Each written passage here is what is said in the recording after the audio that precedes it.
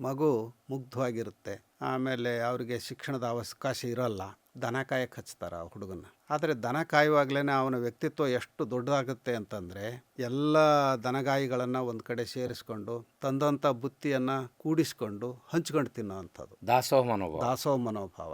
ಇದು ಊರಲ್ಲೆಲ್ಲ ಸುದ್ದಿ ಆಗಿಬಿಡ್ತು. ಅಯ್ಯೋ, ಮಾದ್ರ ಹುಡುಗನ ಜೊತೆಗೆ ಇವರೆಲ್ಲ ಹಂಚ್ಕೊಂಡು ತಿಂದ್ಬಿಟ್ರಂತೆ.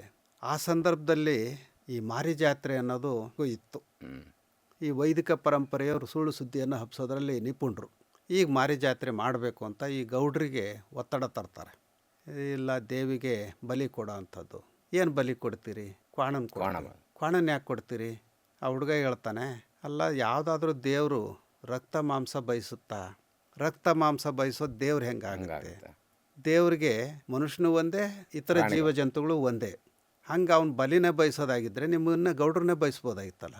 ಆದರೆ ಗೌಡ್ರು ಹೇಳ್ತಾರೆ, ಇಲ್ಲಪ್ಪ, ಪರಂಪರೆಯಿಂದ ಇದು ಬಂದಿದೆ, ಇನ್ನೇನು ಈ ಕೊಡ್ಲಿ ಎತ್ತಿ ಹಾಕಬೇಕು ಆ ಕೋಣನ ಕತ್ತಿಗೆ. ಇವನು ತಕ್ಷಣ ಓಡಿ ಹೋಗಿ ಕೈ ಹಿಡಿದು, ಅಣ್ಣ, ಕಡಿಯೋದಾದರೆ ನನ್ನೇ ಕಡಿದ್ಬಿಡು.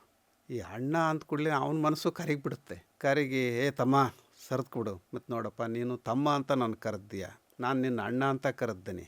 ಅಣ್ಣ ತಮ್ಮನ್ನೆಂದು ಕೊಲ್ಲಲ್ಲ. ತಮ್ಮ ಅಣ್ಣನ ಬಗ್ಗೆ ಗೌರವ ಇಟ್ಕೊಳ್ತಾನೆ. ಇದೆಲ್ಲ ಅಜ್ಞಾನದ ಸಂಕೇತ. ಬೇಡ ಈ ಬಲಿ ಕೊಡೋದು. ಅವನು ಪರಿವರ್ತನೆ ಆಗಿಬಿಡ್ತಾನೆ.